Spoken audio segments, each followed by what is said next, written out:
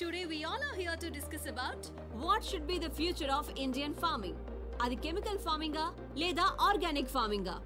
ఈ విషయంపై మాట్లాడడానికి ఈ రోజు మన ముందున్నారు field science MD mister Raghavan garu, అలాగే భీష్మ ఆర్గానిక్స్ ఎండి శ్రీ భీష్మ గారు. ఈ రోజు వారి మాటల్లో chemical farming and organic farming కి సంబంధించిన ఎన్నో ఇంట్రెస్టింగ్ విషయాలను తెలుసుకుందాం. హే పర్విల్ భయ్యా, నువ్వేంటి ఇక్కడ? ఆ విషయం నేను అడగలరా? ఆయన నువ్వేంటి ఇక్కడ? షో కోసం వచ్చావా? షో కోసం నేను ఎందుకు వస్తాను భయ్యా? ఆ అమ్మాయి కోసం వచ్చాను. బాగుంది కదా భయ్యా? నువ్వు ఈ విత్తనాలు చల్లడం ఆపవారా? నువ్వు చేసిన పనికి నా జాబ్ పోయి నా క్వాలిఫికేషన్ కంటే తక్కువ రేంజ్ జాబ్ తీసుకొని ఫీల్డ్ సైన్స్ కంపెనీలో జాయిన్ అయ్యా. ఏం పంట వేసావు పెద్దనా? మిర్చి వేశానయ్యా. ఎరువులు వేసావా లేక దేవుడి మీద భారం వేసావా? మీ కంపెనీ ఎరువే వాడానయ్యా. చేతి నిండా పంట వచ్చింది. చాలా సంతోషం అయ్యా. మనం ఏం చేసినా రైతుల సంతోషం గురించే కదా భీష్మ గారు. ఇంతకంటే ఏం కావాలి? సంతోషం అంటే మనం కట్టుకునే బట్టల్లోనో నోట్ల కట్టల్లోనో ఉండదు. సంతోషం అంటే ఆరోగ్యం. సంతోషం అంటే మన తరాల్ని చూడడం. ఎంతకాలం మొక్కలకి మందు కొట్టి ఆరోగ్యాన్ని తాకట్టు పెట్టి ప్రకృతిని నాశనం చేస్తాం. మీరు మంచి మాటకారి సార్. ఇలాంటి మాటలు చెప్పే కదా కొన్ని వేల మంది రైతుల్ని మార్చేశారు. ఇప్పటికే జాంబియా, ఇథియోపియా లాంటి 10 దేశాలు ఆకలి చావులు చేస్తున్నాయి. అక్కడ స్విగ్గీ లేదా? డబ్బులు లేవు. పెరుగుతున్న జనాభా ప్రకారం 2050కి దేశంలో పండించే పంట కేవలం 40% ప్రజలకే కడుపు నింపగలదు. దీన్ని తట్టుకోవాలంటే కొత్త జెనెటిక్ చేంజెస్ రావాలి. అడ్వాన్స్ కెమికల్స్ రైతులకి అందుబాటులోకి రావాలి. ఇవి పట్టించుకోకుండా ఆర్గానిక్, ఆనందం అంటూ ఈ చందమామ కథలు చెప్తారేంటి సార్? ఆర్గానిక్ ఫార్మింగ్ అనేది పాత పద్ధతి, మీకులా పాత పద్ధతి.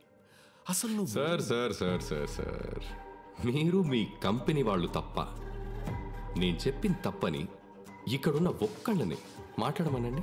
మీ ఆర్గానిక్ ఫార్మింగ్ గురించి అందరికీ తెలుసని నమ్ముతా.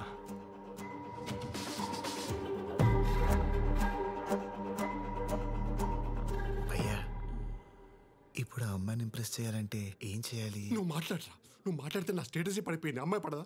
సార్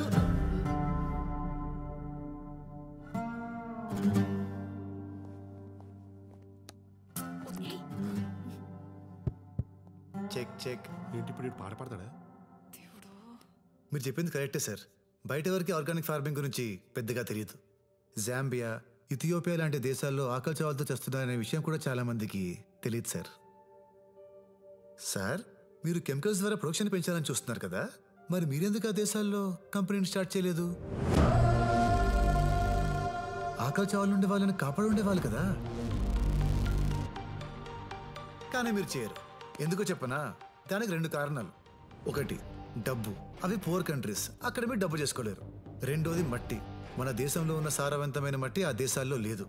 సార్, మట్టే సరిగ్గా లేనప్పుడు ఎన్ని ప్రోడక్ట్స్ వాడితే ఏంటి? ఎందుకంటే మొక్క పెరిగేది మట్టిలో, మీ ప్రోడక్ట్స్లో కాదు. యాక్చువల్లీ సార్, మీరు మాట్లాడమన్నారు, మాట్లాడుతుంటే డిస్టర్బ్ చేస్తున్నారు. మీరు దేవుడిని నమ్ముతారా? చెప్పండి సార్. అర్రే, టెక్నాలజీ ఇంత పెరిగినా ఇంకా పాత దేవుణ్ణి నమ్ముతున్నారా?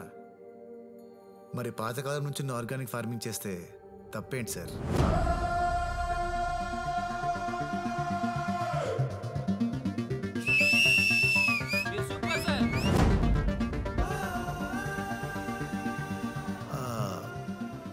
మన వేదాల్లో, మనుస్మృతి లాంటి గ్రంథాల్లో బీడు భూమిని కూడా బంగారంలో మార్చగల ఆర్గానిక్ ఫార్మింగ్ గురించి అప్పుడే రాశారు. Yeah, it's true. దాన్ని కరెక్ట్గా ఫాలో అయితే వ్యవసాయానికి, భూమికి ఎలాంటి కెమికల్ అవసరం లేదు. ప్రకృతికి మనిషి అవసరం లేదు. కానీ ప్రకృతిలో ఉన్న ప్రతి అణువు మనిషికి చాలా అవసరం. దయచేసి మీ కెమికల్స్తో వాటిని నాశనం చేయకండి. From here and there, my friend MSc agriculture gold medalist mister Parimal భయ్య గారు కంటిన్యూ చేస్తారు. Thank you.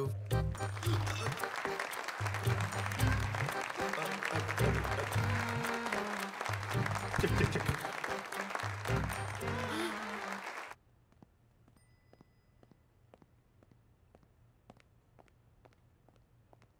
భీష్మ, ఆ నీకు ఆర్గానిక్ ఫార్మింగ్ గురించి ఎలా తెలుసు? ఆ రోజు మీరు బుక్స్ ఇచ్చారు కదా, సో చదివేశాను. అన్ని బుక్స్ చదివావా? దేనికి? అంటే మీకు ఆ సబ్జెక్ట్ ఇష్టమని. ఓ, నాకు ఇష్టం కాబట్టి నన్ను ఇంప్రెస్ చేయడానికి నేర్చుకున్నా, అంతేనా? అయ్యో అలా ఏం లేదండి. లవ్ చేస్తున్నావా? అయ్యో అలాంటిదేం లేదండి. ఏదో ఆ సబ్జెక్ట్ మీకు ఇష్టమని నేనేదో.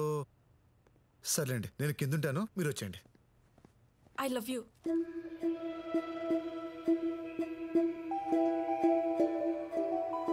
I love you. ఏ అమ్మాయి అయినా ఇష్టపడాలంటే అద్భుతం జరగక్కర్లేదు, ఒక అభిప్రాయం క్రియేట్ అయితే చాలు. అలాంటి అభిప్రాయం నిన్ను చూడకముందే కలిగింది. హలో నానా, నా కారు ఆగిపోయింది. హైదరాబాద్లో యూత్ చాలా చెడిపోయారు సార్, నలుగురు ఫ్రెండ్స్ దమ్మేస్తూ మాట్లాడుకున్నంత మాత్రాన వాళ్ళు ఖాళీగా ఉన్నారు, కసిగా లేరు అంటే ఎలా సార్? వాళ్ళల్లో ఎప్పుడు ఎవడు ఏమవుతాడో ఎవడికి తెలుసు. టీలు ఇచ్చేటప్పుడు మోడీ గారిని కూడా చాలా చీప్గానే చూస్తుంటారు కదా సార్. అప్పుడు అర్థమైంది నాన్నతో మాట్లాడింది నువ్వని. ఆ క్షణం నుంచి ప్రతి క్షణం నీ కంపెనీని ఎంజాయ్ చేస్తూనే ఉన్నాను. నా కోసం 10 మందిని కొట్టా. 20 రోజులు మా నాన్న దగ్గర ఉన్నాం. 30 నిమిషాల్లో నీకు తెలియని సబ్జెక్ట్ నేర్చుకుని మాట్లాడా. ఏ అమ్మాయి అయినా తను అడిగింది చేసేవాడు లైఫ్లోకి వస్తే హ్యాపీగా ఫీల్ అవుతుంది. కానీ తన కోసం ఏదైనా చేసి నీలాంటి వస్తే అదృష్టంగా ఫీల్ అవుతుంది. I love you.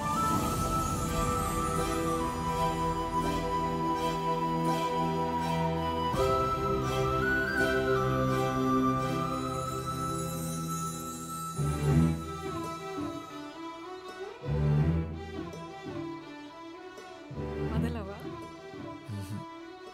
Life long వదలు.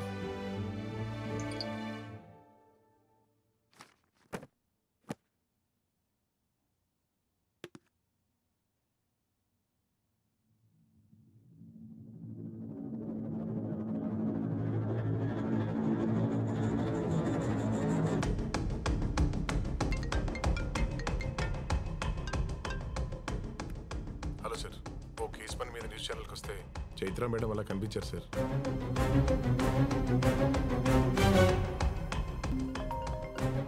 వీడు ఫోన్ చేస్తున్నాడేంటి? అమ్మో, నేను ఎత్తాను.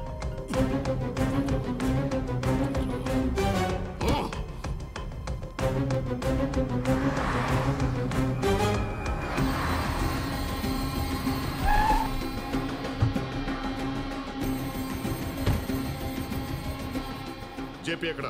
ఆనంద్ గారు వాళ్ళ ఇంట్లో ఉన్నారండి. ఏంట్రాడు మళ్ళీ ఫోన్ చేయలేదా? 2 సార్లు ఫోన్ ఎత్తనప్పుడు బుద్ధున్నాడు వాడు, 3ఓసారి చేయడు. సార్ నేను వెళ్తా.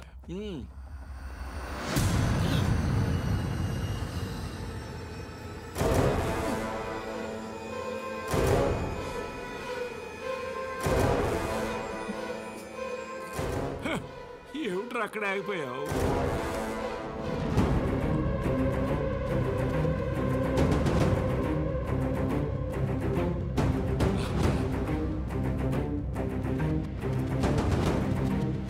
చైత్ర ఓకే అయిపోయిందమ్మా, వాళ్ళ నాన్నని ఎలా మేనేజ్ చేయాలో వరకు.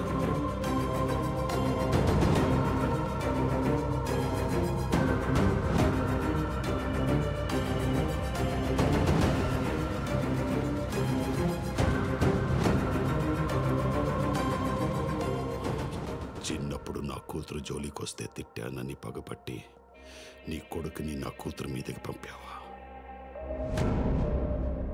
ఇదంతా నువ్వు ఎగ్జిక్యూట్ చేస్తున్నావా చెప్పి? అది కదా నా మాట. వాడి మొహం చూస్తేనే నాకు నచ్చదు. అలాంటిది వాడి కొడుకుని నా అల్లుడుగా చేసుకుంటానని ఎలా అనుకున్నావు? సార్, చిన్నప్పుడు ఏం జరిగిందో నాకు గుర్తులేదు, కానీ చైత్ర అంటే నిజంగా నాకు చాలా ఇష్టం సార్. ఏంటో ఏంటో చాలా ఇష్టం. నువ్వేంటి, నీ బతుకేంటి? ఆనందం అంటే నచ్చినట్టు ఉండడం అని ఏది సాధించకుండా ఖాళీగా మిగిలిపోయిన వేస్ట్ రా వీడు. వీడి కడుపున పుట్టిన వేస్ట్వి నువ్వు. రే, ఏంట్రా చూపు? నా కూతురు కావాల్సి వచ్చిందా? తన రేంజ్ ఏంటో తెలుసారా నీకు? ఏసీపీ కూతురు అయింది కూడా ఏ రికమెండేషన్ లేకుండా భీష్మ ఆర్గానిక్స్ కంపెనీలో టాప్ పొజిషన్లో ఉంది. She's an independent woman. నువ్వు డిగ్రీ కూడా పాస్ అవ్వని పొరంబోకు. అది పని చేసే కంపెనీలో వాచ్మెన్ గా కూడా పనికిరావు నువ్వు. నీకెందుకు రా? అబ్బో, ఏమన్నా వాడు వాచ్మ్యాన్ గా పనికిరాడా? వాచ్మ్యాన్ గా పనిచేయాల్సిన కర్మ వాడికేంట్రా? ఆ కంపెనీ వారసుడే వాడైతే.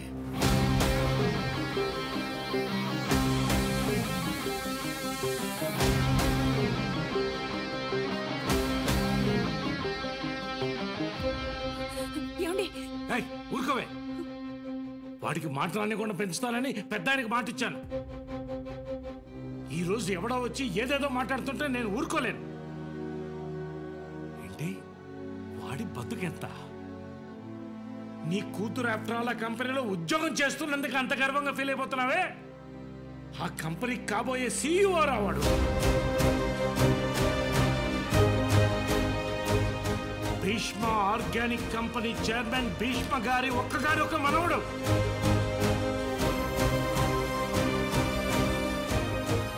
ఆయన 1000 కోట్ల ఆస్తికి అధిపతి అతను.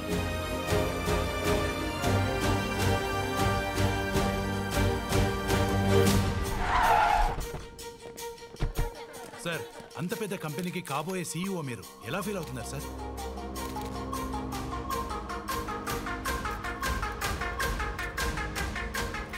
కొత్త సీఈఓని ప్రకటించిన భీష్మ ఆర్గానిక్స్.